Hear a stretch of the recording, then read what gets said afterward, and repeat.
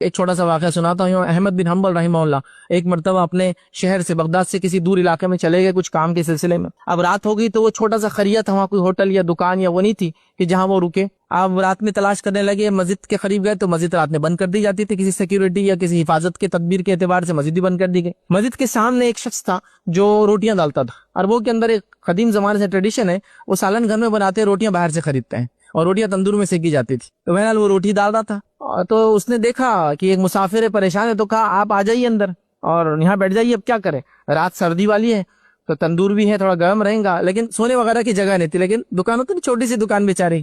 تو امام احمد بن حنبل رحمہ اللہ وہاں جا کر بیٹھ گئے. جب بیٹھ گئے تو دیکھا وہ آدمی رات جو آٹا گون رہا تھا, چونکہ ابھی تو رات کی ابتدا تھی نا, وہ صبح کے لیے بنا رہا تھا چیزیں, تو استغفار کر رہا تھا, استغفر اللہ پڑھتے پڑھتے وہ آٹا گون رہا ہے, فلاں کام کر رہا ہے. تو امام احمد بن حنبل رحمہ اللہ کو تھوڑا سا ایک خیال آیا, کیوں نہ اس سے پوچھتا ہوں, اس کو کچھ فائدہ ہوا نہیں ہوا اس استغفار کا, اتنا پڑھ رہا ہے یہ, مطلب یہ ہمیشہ پڑھتا ہوں گا.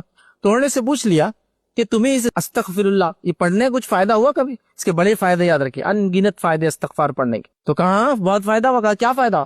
کہا آج تک ایسا کوئی مسئلہ یا ایسی کوئی دعا نہیں تھی جو میں نے اللہ سے کی ہو اور وہ قبول نہ ہوئی ہو میں استغفار کرنے کی وجہ سے. تو کہا اچھا. کہا ایسی کوئی ہے جو باقی ہے؟ تو کہا ایک دعا باقی ہے جو قبول نہیں ہوئی ہے. تو کہا کیا دعا ہے؟